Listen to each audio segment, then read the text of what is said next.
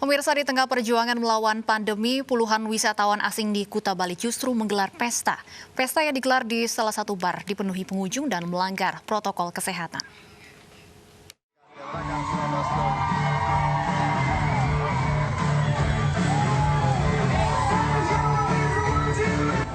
Pandemi COVID-19 belum usai, namun salah satu bar di kawasan Canggu, Kuta Bali, riuh dipadati pengunjung. Pengunjung yang sebagian besar adalah wisatawan mancanegara berpesta tanpa menerapkan protokol kesehatan. Saat menyaksikan atraksi, pengunjung tidak memakai masker dan abai jaga jarak. Saat diperiksa petugas, bar dan tempat lokasi pesta sedang dibongkar pemilik. Yang jelas ya, dari video dan foto pelanggaran protokol kesehatan, pengunjung kebanyakan tidak memakai masker. Informasinya pokoknya kurang dari 100 lah. Itu memang benar partinya di sini ya? Benar. Benar ya? Benar. Tapi mereka cuma menyewakan tempat, mereka bawa staf sendiri ke sini. Pemilik tempat usaha dan penyelenggara selanjutnya akan dipanggil untuk dimintai keterangan. Jika terbukti melanggar, pengelola akan diberi sanksi sesuai aturan yang berlaku. Dari Bandung, Bali, Tim Liputan iNews melaporkan. Pemerintah mewajibkan wisatawan yang masuk ke Bali untuk melakukan swab test 2 hari sebelum keberangkatan. Pemberlakuan regulasi itu akan berpengaruh besar pada kunjungan wisatawan ke Pulau Bali.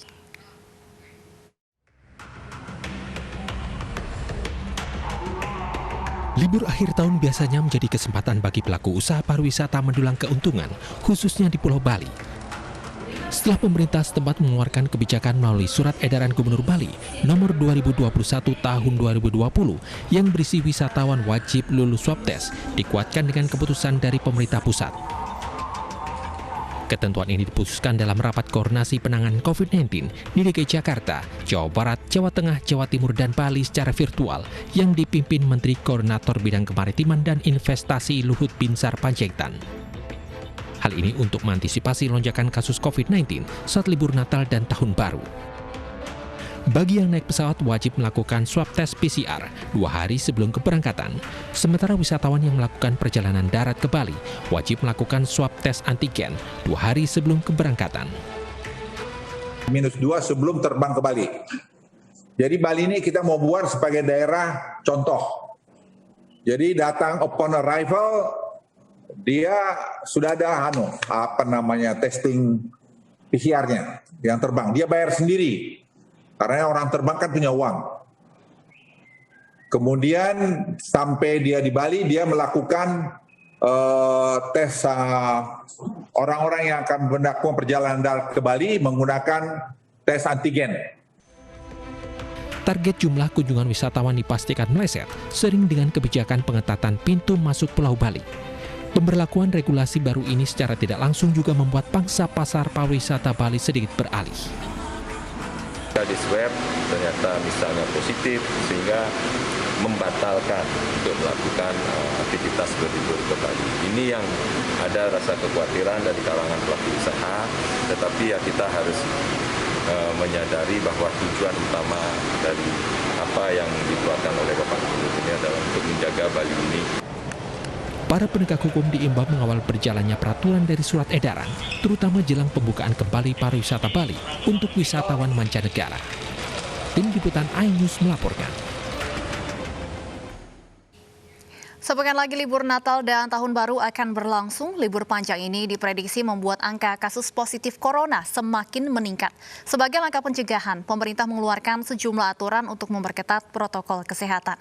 Apa saja poin-poinnya akan disampaikan rekam Abraham Silaban. Silakan Abraham. Ya Stefani dan Mirsa, aturan ini penting tentu saja bagi siapapun, utamanya yang akan bepergian keluar kota ataupun menikmati libur Natal dan Tahun Baru. Apabila kita melihat pengetatan protokol kesehatan yang dijalankan pemerintah sebagai bentuk eskalasi ataupun meningkatnya infeksi corona di beberapa wilayah termasuk di ibu kota, dimulai dari pengetatan protokol kesehatan yang mana work from home 75% bekerja di rumah dan 25% bekerja di kantor. Artinya yang tadi skema 50-50 dalam PSBB transisi ini diperketat lagi 75% yang ada di rumah. Artinya aturan ini harus hendaknya diketahui dan dijalankan oleh setiap perusahaan manapun. Kemudian pengetatan protokol kesehatan juga dilakukan dalam bentuk dilarang merayakan tahun baru ataupun New Year Eve.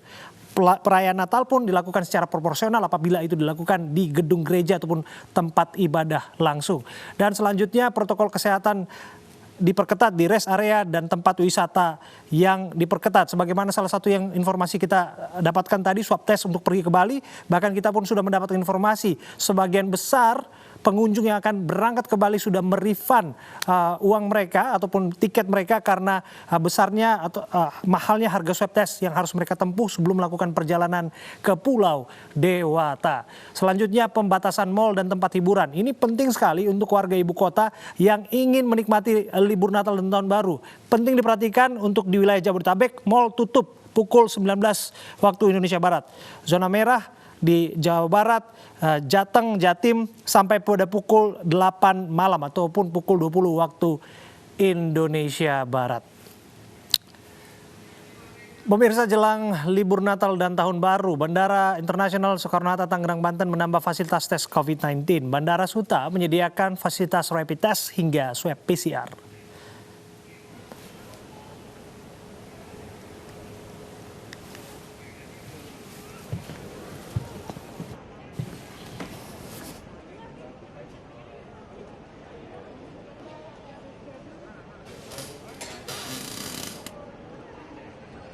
Kepadatan di Bandara Internasional Soekarno-Hatta jelang libur akhir tahun sudah mulai terlihat. Penumpukan penumpang terjadi di counter check dan area validasi COVID-19. Pihak bandara mengantisipasi lonjakan penumpang agar tetap mematuhi protokol kesehatan. Pemerintah Provinsi DKI Jakarta akan memperketat warga masuk melalui bandara. Angkasa Pura II mulai menambah fasilitas layanan PCR test dan rapid test antigen di bandara.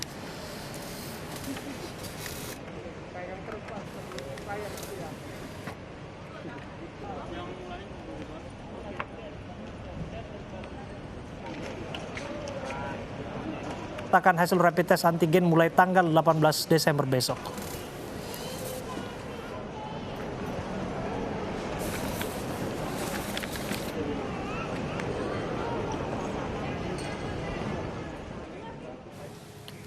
Pengetatan protokol kesehatan salah satunya diantaranya adalah keluar masuk DKI Jakarta wajib menyertakan hasil rapid test antigen mulai tanggal 18 Desember besok. Syarat ini berlaku untuk seluruh pengguna transportasi umum, baik angkutan udara, laut, dan darat. Benarkah akan efektif mulai besok? Seperti apa mekanismenya, detailnya kita tanyakan langsung kepada Wakil Gubernur DKI Jakarta, Pak Ahmad Riza Patria.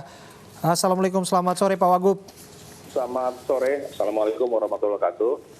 Langkah-langkah mekanisme untuk pengetatan sudah dilakukan setelah instruksi dari Pak Luhut, Menko Maritim yang diteruskan kepada Gubernur, pemerintah provinsi. Artinya betulkah Pak berlaku mulai besok? Apa saja yang bisa dijelaskan kepada seluruh masyarakat yang mendengarkan ini? Jadi yang pertama, ya memang beberapa hari yang lalu Pak Luhut koordinasi dengan Pemprov, dengan Pak Gubernur dan kami semua. Dan kami juga melakukan rapat dan dialog.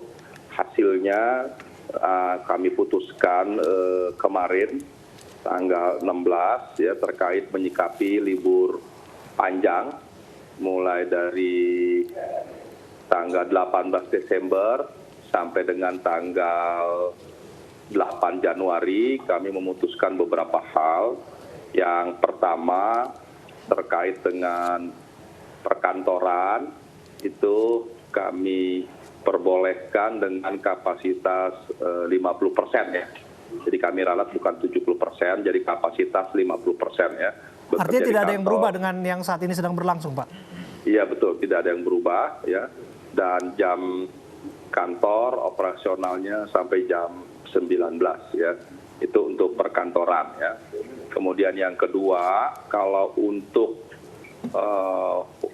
rumah makan, kafe, mall, apalagi restoran, bioskop, dan lain-lain, tempat usaha, itu tanggal 18 sampai 8 Januari itu diperkenankan dengan kapasitas 50% dan diperbolehkan sampai jam 21 malam. Ya. tanggal 18 Desember sampai 8 Januari. Termasuk untuk mall ya Pak?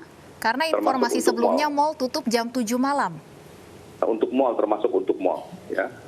Mall, restoran, kafe, semua tanggal 18 sampai tanggal 8 Januari tutup jam 21 malam dengan kapasitas 50. Namun demikian, ini ada namunnya khusus pada tanggal 24 Desember sampai tanggal 27 Desember dan tanggal 31 Desember sampai dengan 3 Januari itu ada pemberlakuan yang berbeda.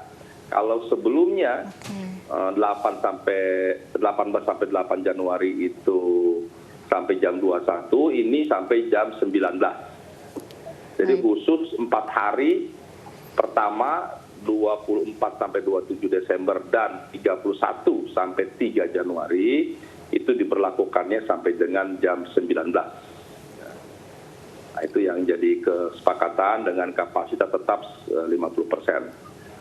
Kalau terkait transportasi untuk udara itu keluar masuk Jakarta yang sudah menjadi kebijakan pusat atau nasional itu harus menyertakan hasil rapid antigen atau PCR swab.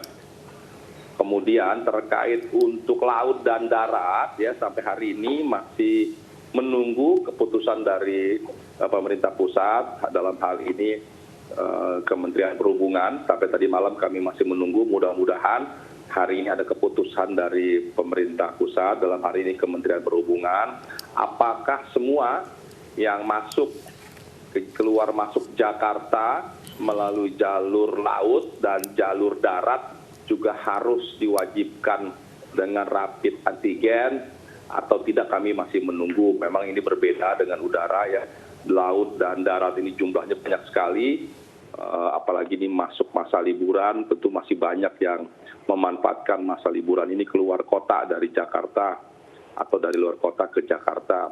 Ada 3 kemungkinannya. Kemungkinan pertama bisa saja diwajibkan seperti juga udara. Kemungkinan kedua bisa saja dilakukan protokol kesehatan ketat dengan cek suhu dan sebagainya, tapi dilakukan secara random saja. Jadi tidak diwajibkan tapi random saja. Ada yang berubah mengenai jam operasional moda transportasi umum?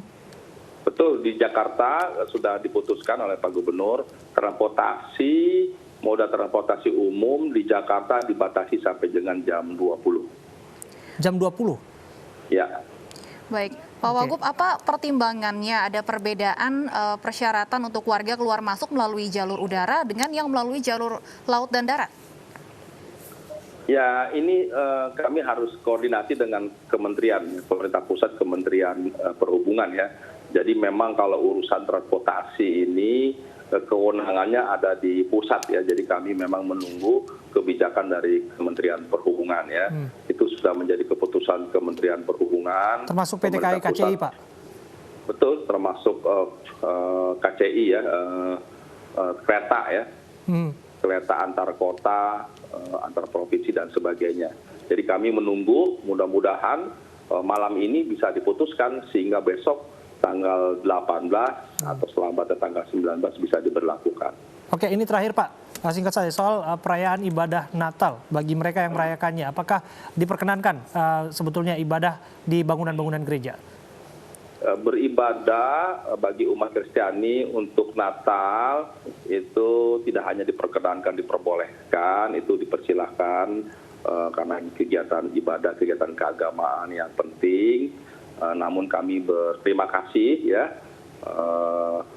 sekalipun kapasitasnya itu diperbolehkan 50%, namun kami sudah rapat dengan pimpinan daripada umat atau jamaah daripada gereja di masing-masing, itu mereka akan tetap melaksanakan ibadah Natal, kebaktian dan sebagainya, dan akan memberlakukan protokol kesehatan dengan baik dan ketat.